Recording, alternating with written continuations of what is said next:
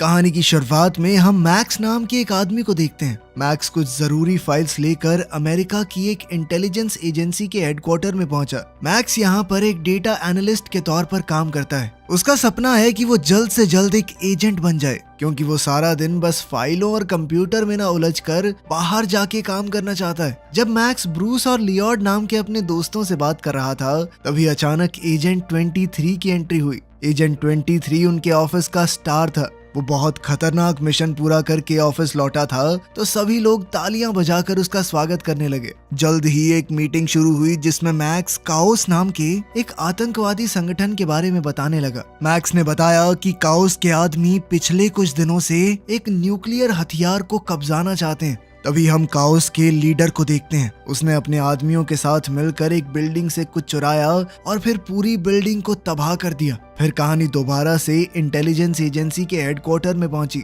Max इस वक्त अपने चीफ के सामने बैठा था। चीफ ने कहा कि तुमने टेस्ट में बहुत बढ़िया काम किया है, लेकिन फिर भी मैं तुम्हें एजेंट नहीं बना सकता। अंदर ही अंदर चीफ को लगता था कि मैक्स अभी फील्ड में उतरने के लायक नहीं है, लेकिन उसने मैक्स का दिल ना दुखाते हुए ये कह दिया कि यार तू एक नंबर का डेटा एनालिस्ट है, तेरी जगह कौन ले सकता है बता ना, फील्ड में काम करने वाले तो बहुत है हमारे पास। चीफ की बातें सुनकर मैक्स बहुत उदास हो गया। जब वो ऐसे ही गुमसुम बाहर घूम रहा था, तभी अचानक रोड पर वो एक लड़की से टकरा गया। लड़की की खूबसूरती देखकर मैक्स ने कहा, कहाँ जा रही हो सुबह सुबह? लेकिन लड़की ने उससे ज्यादा बात नहीं की और वहाँ से निकल गई। कुछ देर बाद मैक्स वापस हेडक्वार्टर्स में पहुंचा। वहाँ का नजारा देखकर उसे समझ आया कि यहाँ कुछ देर पहले ही हमला हुआ है। वहाँ मैक्स की मुलाकात उसी लड़की से हुई जो कुछ देर पहले उससे टकराई थी। मैक्स के पूछने पर उसने बताया कि मैं एजेंट 99 हूँ। कुछ सेकंड बाद उन्हें किसी और के आने की आवाज सुनाई दी। मैक्स के पास बंदूक तो थी नहीं, तो उसने आग बुझाने वाली पाइप का आगे वाला लोहे का हिस्सा पकड़ लिया।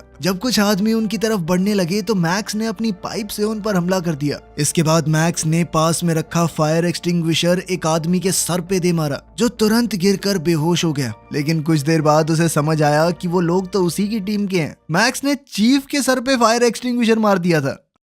खैर, अगले दिन चीफ ने सभी खास लोगों को एक मीटिंग के लिए बुलाया। मीटिंग शुरू होने से पहले मैक्स ने सबसे कहा कि हम कोन ऑफ साइलेंस का इस्तेमाल करते हैं। कोन ऑफ साइलेंस एक ऐसा डिवाइस था जिसे ऑन करने पर उनके आसपास एक अदृश्य दीवार बन जाती थी और कोई भी बाहर का आदमी उनकी बातें नहीं सुन सकता। लेकिन जब उन्होंने इस डिवाइस का इस्तेमाल किया तो वो सभी एक दूसरे को ही नहीं सुन पा रहे थे। हर आदमी के ऊपर अलग कोन बन गई। इसीलिए आखिर में चीफ ने कहा कि हटाओ ये सब चोंचले, ऐसे ही नॉर्मली करेंगे मीटिंग। चीफ ने बताया कि हमें शक है हेडक्वार्टर्स पर किया हुआ हमला काओस के लोगों ने ही किया है। चीफ को जानकारी मिली थी कि पिछले 3 महीनों में बहुत सारा न्यूक्लियर मटेरियल गायब हुआ है, खास करके यूरेनियम की चोरी हो रही है। चीफ ने बताया कि उन्होंने हमारे सिस्टम को हैक कर लिया है। अब उनके पास हमारे सभी एजेंट्स की पहचान है। पिछले कुछ दिनों से हमारे एजेंट लगातार मर रहे हैं। आगे चीफ ने एक आदमी का फोटो दिखाते हुए कहा कि हमें काओस के बारे में ज्यादा जानकारी नहीं है, लेकिन क्रिस्टिक नाम का एक आदमी उनका सबसे बड़ा सप्लायर है। चीफ ने कहा कि हम इस आदमी के जरिए काओस तक पहुंच सकते हैं।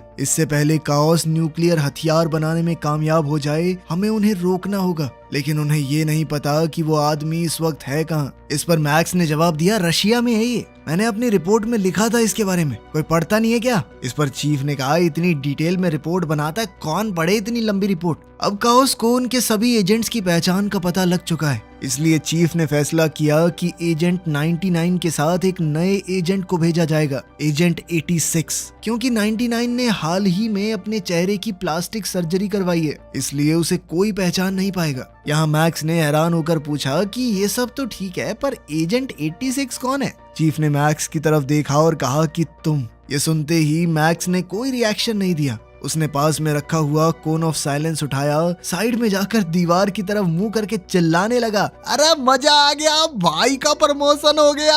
लेकिन उस डिवाइस में थोड़ी गड़बड़ी थी, उसकी आवाज सबको सुनाई दे गई और मैक्स पीछे मुड़कर ऐसे चिल एक्ट करने लगा कि मैं तो कूल इंसान हूँ, प्रमोशन दे दी। इस पर एजेंट 99 कहने लगी कि मैं इस अनाड़ी के साथ काम नहीं करने वाली। लेकिन चीफ ने कहा कि जो बोला है वो तो करना पड़ेगा। मिशन पर जाने से पहले ब्रूस और लॉयड ने मैक्स को एक नया गैजेट दिया जो उन्होंने हाल ही में बनाया था। उस छोटे से डिवाइस में हर तरह के हथियार थे। इसके बाद मैक्स और एजेंट 99 फ्लाइट में बैठे। सफर के दौरान 99 को अपने पीछे बैठे हुए एक लंबे तगड़े आदमी पर शक हो गया। उसे लग रहा था कि वो हट्टा कट्टा आदमी एक हत्यारा है। अपने खली भाई साहब भी हैं इस मूवी में। कुछ देर बाद जब मैक्स अपने जूते से चिपकी हुई एक च्युइंगम उतार रहा था तो उसके पीछे बैठे आदमी को गलतफहमी हो गई कि मैक्स के जूते में बम लगा है और वो जोर जोर से चिल्लाने लगा, इस आदमी के पास बम है इसके पास। मैक्स उसे समझाने की कोशिश कर रहा था कि मैं तो बस च्युइंगम निकाल रहा हूँ, पागल है क्या। लेकिन इतने में एक पुलिस वाले ने वहाँ आकर मैक्स को धर दबोचा। उसने मैक्स के हाथ बांधकर उसे फ्रंट सीट पर बैठा दिया। चीफ के प्लान के मुताबिक उनका उतरने का टाइम हो गया है, जिसके बाद मैक्स अपने आप को आजाद करके वहाँ से निकलने के लिए टॉयलेट में चला गया। वहाँ मैक्स ने अपनी जेब से वही गैजेट निकाला जो ब्रूस ने उसे दिया था। वो उस गैजेट को अपने मुंह में लेकर छोटे छोटे तीर मारने लगा ताकि उसके हाथ में बंधी हुई जिप टाइज को तोड़ सके। लेकिन मैक्स गजब अनाड़ी आदमी है। उसने एक तीर अपने पैर में मारा, एक कान में, एक गाल पे, और फिर उसका आखिरी तीर उसकी जिप टाइज को तोड़ता हुआ इजेक्ट बटन पर घुस गया। जिसके बाद मैक्स बिना पैराशूट लिए ही प्लेन से नीचे कूद गया। मैक्स के चाहते ही 99 भी टॉयलेट में पहुंची। वो वहां पर 2 पैराशूट देखकर समझ गई कि ये पागल बिना पैराशूट के कूद गया। उसने बिना वक्त जाया किए अपना पैराशूट पहनकर छलांग लगाई। कुछ देर बाद खली भैया ने भी बचा हुआ पैराशूट पहन के जंप लगा दी। थोड़ी देर बाद एजेंट 99 हवा में मैक्स तक पहुंच गई और उसे पकड़कर अपना पैराशूट खोल दिया। लेकिन तब तक वो हट्टा कट्टा आदमी भी उन तक पहुंच गया और उनके बीच हवा में ही लड़ाई शुरू हो गई। सबसे पहले इस आदमी ने हमला करके एजेंट 99 के पैराशूट को फाड़ दिया और फिर एजेंट 99 के साथ साथ मैक्स को भी पकड़ लिया। 99 ने बहुत कोशिश की अपना इमरजेंसी पैराशूट खोलने की, लेकिन हमारे ताकतवर खली भैया ने उन्हें जबरदस्त तरीके से जकड़ा हुआ था। मैक्स ने इस पहाड़ जैसे आदमी के गोटे फोड़ने की कोशिश की, लेकिन लोहे के गोटों पे उसका पैर क्या काम करता। लेकिन फिर एजेंट 99 ने पीछे मुड़कर भैया को किस्सी दे दी, जिससे हमारा पहलवान थोड़ा हक्का बक्का रह गया और सही समय पर एजेंट 99 और मैक्स अपना पैराशूट खोलकर बच गए। जैसे तैसे खली भैया की भी जान बच गई। जमीन पर पहुंचने के बाद मैक्स और एजेंट 99 ने एक रेस्टोरेंट में जाकर खाना खाया। जब मैक्स वॉशरूम गया तो उसे वहां 2 आदमी बातचीत करते हुए सुनाई दिए। उनकी बातें सुनकर मैक्स को कुछ शक हुआ। जैसे ही उनमें से एक आदमी मैक्स के पास गया, मैक्स की घड़ी में अलार्म बजने लगा। दरअसल ये घड़ी भी ब्रूस और लॉयड ने बनाई थी। जब भी कोई रेडियो एक्टिव चीज इस घड़ी के पास आती तो ये अलार्म बजने लगता। मैक्स ने बाहर आकर 99 को बताया कि बाथरूम में एक आदमी है। उस आदमी के पास जब मैं गया तो मेरी घड़ी बजने लगी। हो सकता है कि वो न्यूक्लियर मटेरियल की चोरी में भी शामिल हो। ये सुनकर दोनों उस आदमी का पीछा करने लगे। पीछा करते हुए मैक्स और 99 क्रिस्टिक के घर तक पहुंच गए और उन्हें समझ आया कि आज यहाँ कोई पार्टी होने वाली है। फिर उसने 99 से कहा कि अब देखो मैं कैसे अपने गैजेट का इस्तेमाल करके उस गार्ड को सुला दूंगा, वो भी बस एक फूंक मारकर। लेकिन फूंक मारने के लिए उसने इतनी जोर से सांस खींची कि वो नशीला डार्ट उसी के गले में घुसकर उसे बेहोश कर गया। जब वो होश में आया तो उसने अपने सामने 99 को पार्टी के लिए तैयार होते हुए देखा। अपने साथ साथ 99 ने उसे भी पार्टी के लिए तैयार कर दिया था। मौका मिल गया बिना कपड़ों के मुझे देखने का।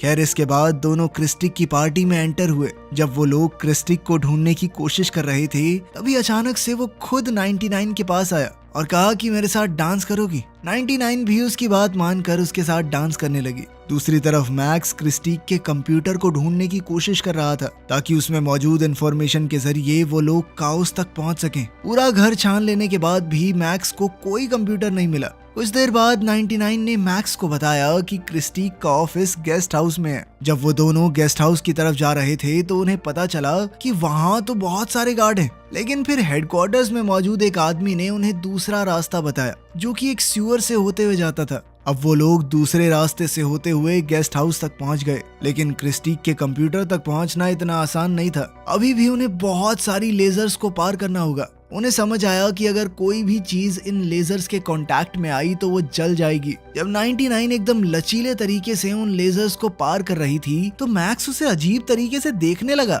99 ने कहा कि ध्यान से देख लो, फिर तुम्हें भी आना है। जल्द ही अब मैक्स की बारी थी उन लेजर्स को पार करने की। शुरुआत में वो ठीक कर रहा था, लेकिन फिर सीवर से निकला हुआ एक चूहा उसके सूट में घुस गया, जिसके बाद मैक्स ना चाहते हुए भी हिलने लगा। 99 ने कहा कि खुद को संभालो। ऐसे कैसे संभालू, कंचों की तरफ जा रहा है ये। चूहे की इस हरकत से मैक्स का सूट कई जगहों से जल गया, लेकिन जैसे तैसे उसने भी पार कर ही लिया। क्रिस्टीक के कंप्यूटर डेटा से उन्हें पता चला कि उसने कुछ दिन पहले ही मॉस्को की एक बेकरी में बम बनाने का सामान भेजा है, लेकिन इससे पहले कि वो कुछ और जान पाते, क्रिस्टीक के आदमी वहां पहुंच गए। लेकिन उन दोनों ने जबरदस्त तरीके से लड़ते हुए क्रिस्टीक के आदमियों को मार गिराया। मैक्स की लड़ने की काबिलियत देखकर 99 काफी इंप्रेस हुई, क्योंकि अब तक तो उसे लग रहा था कि मैक्स के साथ काम करना उसकी सबसे बड़ी गलती है।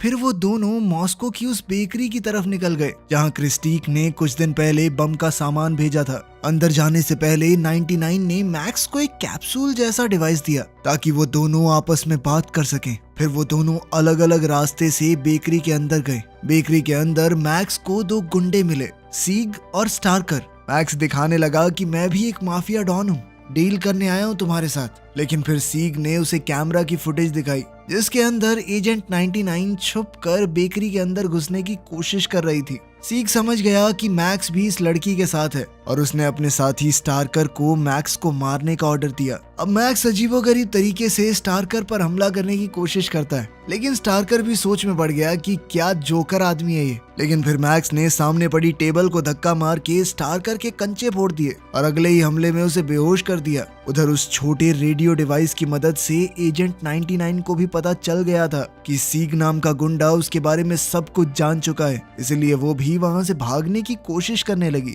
दूसरी तरफ मैक्स को वहां कई सारे हथियार और काफी सारा न्यूक्लियर मटेरियल भी मिला। अब मैक्स ने बड़ी सावधानी से पूरी बिल्डिंग में छोटे छोटे बम लगा दिए ताकि सभी हथियारों को खत्म किया जा सके। जब वो धमाके होने वाले थे तो दोनों बिल्डिंग की छत पर पहुंच गए। कुछ ही देर में पूरा बेस तबाह हो गया, लेकिन यहाँ पर खली भैया की फिर से एंट्री हो गई। मैक्स और एजेंट 99 मिलकर भी उसका मुकाबला नहीं कर पा रहे थे। अब मैक्स उसे ताकत से तो हरा नहीं सकता था, तो उसने दिमाग का इस्तेमाल किया। उसने ऐसे ही तुक्का मारा कि तुम्हारी बीवी के साथ बन नहीं रही ना। बहुत दुख हुआ ये सुनकर कि ऐसे हट्टे कट्टे आदमी की जिंदगी में भी छोटी छोटी दिक्कतें हैं। इसके बाद खली भैया इमोशनल हो गए। हाँ यार, कोई सुनता ही नहीं मेरे दुख, बहुत परेशान करती है मेरी बीवी मुझे।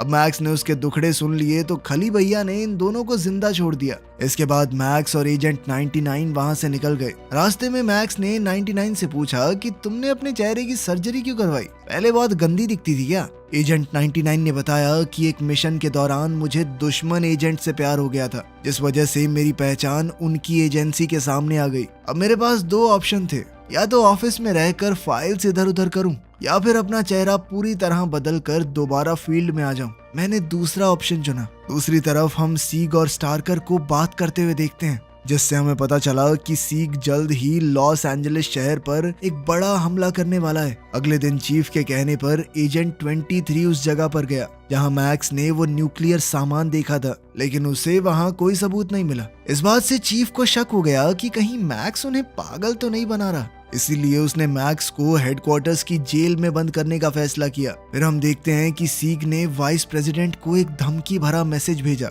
उसने कहा कि पिछले कुछ महीनों में हमने कई न्यूक्लियर वेपन्स इकट्ठा किए हैं और अमेरिका के 20 दुश्मन देशों को भेज दिए हैं। इन बॉम्ब्स को एक्टिवेट करने का कोड काओस के पास है। अगर हमारी डिमांड पूरी नहीं की तो ये कोड उन देशों को भेज दिए जाएंगे। सीग ने उनसे 20,000 करोड़ डॉलर्स की मांग की, लेकिन वाइस प्रेसिडेंट इसे मजाक समझ रहा था और उसने कॉल काट दिया। हेडक्वार्टर्स में चीफ ने वाइस प्रेसिडेंट को समझाया कि हम कुछ दिनों से काओस को फॉलो कर रहे हैं। उन्होंने सच में काफी न्यूक्लियर मटेरियल चुरा लिया है, लेकिन वाइस प्रेसिडेंट को भरोसा ही नहीं हो रहा था क्योंकि किसी के पास भी अब तक कोई पुख्ता सबूत तो नहीं थे। इसलिए चीफ एजेंट 23 और 99 के साथ मिलकर लॉस एंजलिस के मेयर से मिलने गया ताकि उनकी मदद से काओस को रोका जा सके। वहीं दूसरी ओर जेल में फंसे हुए मैक्स को दिलीप यानी कि अपने खली भैया का मैसेज मिला, जिसमें पता चला कि सीग लॉस एंजलिस को निशाना बनाने वाला है। दिलीप दरअसल सीग का बॉडीगार्ड है, लेकिन वो नहीं जानता था कि उसका बॉस इतना गिर जाएगा। जब उसे पता चला कि मासूम लोग मरने वाले हैं तो उसने ये मैसेज मैक्स तक पहुंचाया। मैक्स बड़ी चालाकी से गार्ड्स को चकमा देकर जेल से निकल गया। ब्रूस और लॉयड ने भी उसकी मदद की। उधर चीफ जब देश के प्रेसिडेंट से मिला तो प्रेसिडेंट उसकी बातें सुनने के बाद भी विश्वास नहीं कर पाया। उसे लगा कि ये भी कोई नकली धमकी होगी, जैसे रोज रोज आती है उन्हें। उसने उनकी बातें सुने बिना ही उन्हें वापस भेज दिया। चीफ, एजेंट 23 और 99 हेलीकॉप्टर में वापस जा रहे थे। तभी 99 को मैक्स का कॉल आया। उसकी बातों से चीफ समझ गया कि मैक्स जेल से भाग गया है और वो लॉस एंजलिस शहर पहुंच चुका है। चीफ ने उसकी कॉल को ट्रेस करके मैक्स को गिरफ्तार करने का ऑर्डर दिया। कमांडोज फोन की लोकेशन ट्रैक करके एक बिल्डिंग तक पहुंचे और एक आदमी को घेर लिया, लेकिन यह आदमी मैक्स नहीं था। मैक्स इस वक्त अपने हाईटेक जूते से कॉल कर रहा था। वो इस वक्त उसी बिल्डिंग पर मौजूद है जहां पर चीफ अपने 2 एजेंट्स के साथ था। मैक्स ने चीफ को बताया कि मैं यहाँ एक बॉम्ब ढूंढने आया हूँ। चीफ ने पूछा कि तुम्हें इस सब की खबर कैसे मिली। इस पर मैक्स ने बताया कि मुझे एक रेडियो शो में कोडेड मैसेज मिला था। ये मैसेज काओस के एक एजेंट ने ही भेजा है जो लड़ाई के दौरान मेरा दोस्त बन गया। मैक्स की बातें सुनकर 99 को भी दिलीप के बारे में याद आया। अब इतने हट्टे कट्टे आदमी को कोई भूले भी कैसे। इसलिए उसने चीफ से कहा कि हमें मैक्स की बात पर विश्वास करना चाहिए। उसे पता है कि आप उसे जेल में फेंकवा सकते हैं, फिर भी वो आपके पास आया है। इस बात को ध्यान में रखते हुए चीफ ने मैक्स पर भरोसा करके उसकी बात मान ली। आगे उन्हें पता चला कि आज शाम को प्रेसिडेंट डिज्नी हॉल में एक म्यूजिक कॉन्सर्ट अटेंड करने वाला है, इसीलिए इन लोगों ने डिज्नी हॉल में छानबीन करने का फैसला किया। दूसरी तरफ हम डिज्नी हॉल के पास का सीन देखते हैं। यहाँ सीग दिलीप को धमकी देते हुए बोल रहा था, मैंने बेकरी पर जो तुम्हारी लड़ाई हुई वो देखी है। तुमने उन एजेंट्स को जानबूझकर जिंदा छोड़ दिया था, लेकिन इस बार अगर तुमने कोई गड़बड़ की तो तुम्हारी पत्नी जिंदा नहीं बचेगी। सीग की बात सुनकर दिलीप ने ना चाहते हुए भी एक ब्रीफकेस को कॉन्सर्ट हॉल में पहुंचा दिया। तब तक चीफ और बाकी सभी एजेंट भी वहां पहुंच चुके हैं। क्योंकि म्यूजिक कॉन्सर्ट शुरू होने वाला है, इसलिए प्रेसिडेंट के सिक्योरिटी गार्ड उन्हें अंदर जाने की परमिशन नहीं दे रहे। उसके बाद ये लोग हॉल में घुसने के लिए कोई और रास्ता ढूंढने लगे। इसी दौरान जब मैक्स एजेंट 23 के पास गया, तब मैक्स की घड़ी फिर से आवाज करने लगी। यहाँ एजेंट 99 ने बताया कि इसका मतलब बेकरी में न्यूक्लियर डिवाइस मौजूद थे, पर तुमने तो कहा था कि तुम्हें वहाँ कोई सबूत नहीं मिला। यहाँ चीफ को समझ आया कि मैक्स नहीं, एजेंट 23 उनसे झूठ बोल रहा है। असल में वो भी काओस के साथ मिला हुआ था। जब मैक्स ने 23 को अपने हाथ में पकड़े हुए ब्रीफकेस को खोलने के लिए कहा, तब 23 ने एजेंट 99 पर बंदूक तान दी और जल्दी से वहां से निकल गया। उसके बाद चीफ और मैक्स एक गाड़ी में उसका पीछा करने लगे।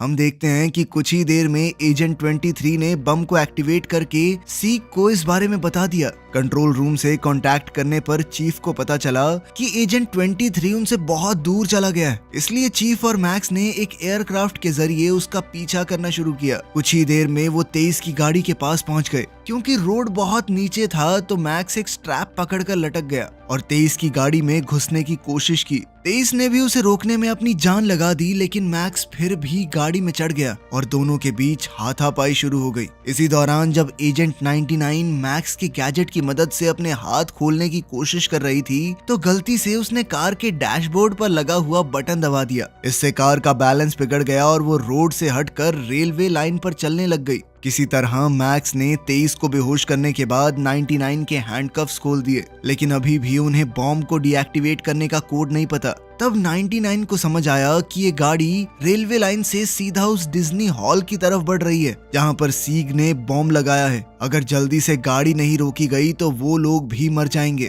गाड़ी की स्पीड बहुत ज्यादा थी, इसीलिए वो दोनों फिर से प्लेन पर चढ़ने का प्लान बनाने लगे। लेकिन तब तक एजेंट 23 को भी होश आ गया। वो मैक्स से ब्रीफकेस छीनने की कोशिश करने लगा, जबकि 99 किसी तरह अपने आप को गाड़ी से गिरने से बचा रही थी और एजेंट 23 ने मैक्स को पकड़ा हुआ था। इसी दौरान मैक्स को प्लेन से नीचे गिरने वाली घटना याद आई कि कैसे 99 ने उन्हें बचाया था और अब उसने भी एजेंट 23 के होठों को चूम लिया। यहाँ भी ये तकनीक काम कर गई और एजेंट 23 ने चौंक कर मैक्स को देखा, बे क्या कर रहा है ये आदमी। तभी मैक्स ने अपने पास मौजूद ब्रीफकेस से उस पर हमला करके उसे जलती गाड़ी के अंदर फेंक दिया। इसके बाद मैक्स ने जैसे तैसे 99 को बचाया, लेकिन फिर अचानक वो एक कपड़े में उलझ कर नीचे गिर गए। अब वो गाड़ी से अटकी हुई एक पट्टी जैसी चीज के ऊपर थे। मैक्स का पैर एक रस्सी में अटका हुआ था। सामने से आती ट्रेन को देखकर मैक्स ने जल्दी से 99 को ट्रैक के दूसरी तरफ फेंक दिया और खुद गाड़ी के साथ ट्रेन से टकरा गया। 99 ये सोचकर रोने लगी कि मैक्स मर चुका है, लेकिन कुछ ही सेकंड बाद मैक्स उसके पीछे खड़ा था। मैक्स को जिंदा देखते ही 99 ने खुशी के मारे उसे चूम लिया। उसने समय रहते रस्सी काट कर खुद को बचा लिया था। खैर, एक्सीडेंट की वजह से ब्रीफकेस में मौजूद वो डिवाइस भी अब खराब हो चुका है, जिसकी मदद से 23 ने बम को एक्टिवेट किया था। डिवाइस को थोड़ा ध्यान से देखने पर मैक्स को एक सुराग मिला। उसे समझ आया कि ये बम आवाज से चलता है। जैसे ही म्यूजिक की आखिरी धुन बम तक पहुंचेगी, बम अपने आप एक्टिवेट हो जाएगा। ये पता लगते ही दोनों चीफ के साथ तुरंत हॉल की तरफ निकल पड़े। वहाँ मौजूद गार्ड ने जब चीफ को रोका तो चीफ ने सीधा उसके मुंह पे एक मुक्का दे मारा कि बेटे, टाइम नहीं है मेरे पास अभी निपटने का। इसी तरह आखिरी धुन बजने से पहले मैक्स ने म्यूजिशियन को ही गिरा दिया। एजेंट 99 ने वहाँ मौजूद सिक्योरिटी को बताया कि यहाँ पर एक बम है। मैक्स ने अंदाजा लगाया कि वो जरूर पियानो के नीचे होगा, और उसका अंदाजा बिल्कुल सही निकला। दूसरी तरफ सीग को पता चला कि उन एजेंट्स ने बम को फटने से रोक दिया है। कार में जाते वक्त सीग ने दिलीप की तरफ देखते हुए कहा कि तुमने अपना काम पूरा किया, इसीलिए मैं तुम्हारी बीवी को छोड़ दूंगा। लेकिन एक बात बताओ, इतनी गंदी शक्ल की औरत के साथ तुम इतने साल से रह कैसे रहे हो? ये बात सुनकर खली भैया को गुस्सा आ गया और उसने गाड़ी के दरवाजे समेत सीग को भी पुल से नीचे फेंक दिया। आखिर में हम देखते हैं कि मैक्स ने आखिरकार 99 को पटा ही लिया था। चलो, अपने अनाड़ी को हीरोइन मिल गई, हो गई हैप्पी एंडिंग। मिलते हैं अगली वीडियो में।